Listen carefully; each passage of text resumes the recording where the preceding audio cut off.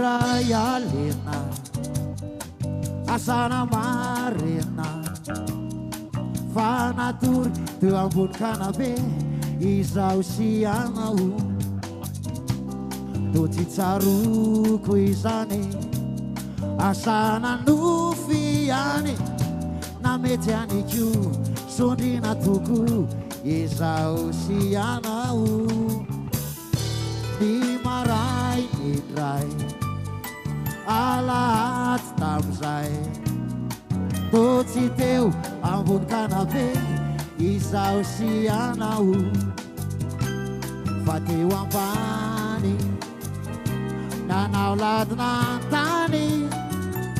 tsy fantatro itsony hoe taizany natory izao sy anao fa nitolakano aty tsarokyany satria niara-nikalo teny andohalo izao sy anao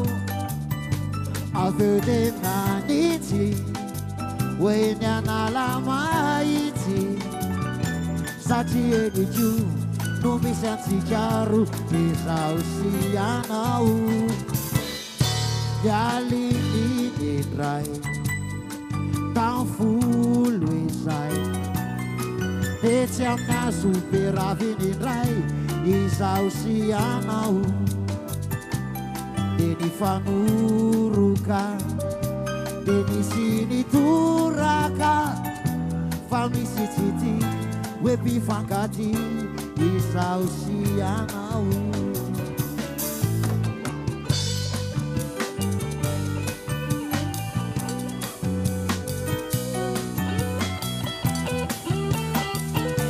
izao sy anao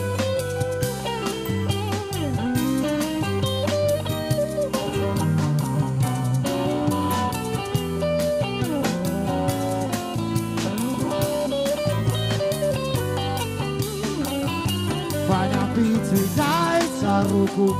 lay fititony io valoko fa tsy tony io maly fa ny famaly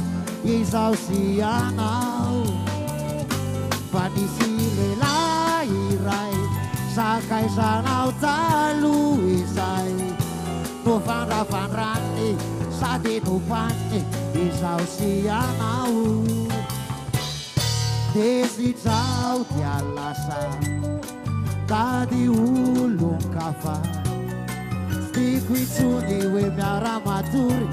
izao sy anao ka vehivavy afindray no niaraka tamiko tamizay de lasay nandeha tatkanabe zay sy malay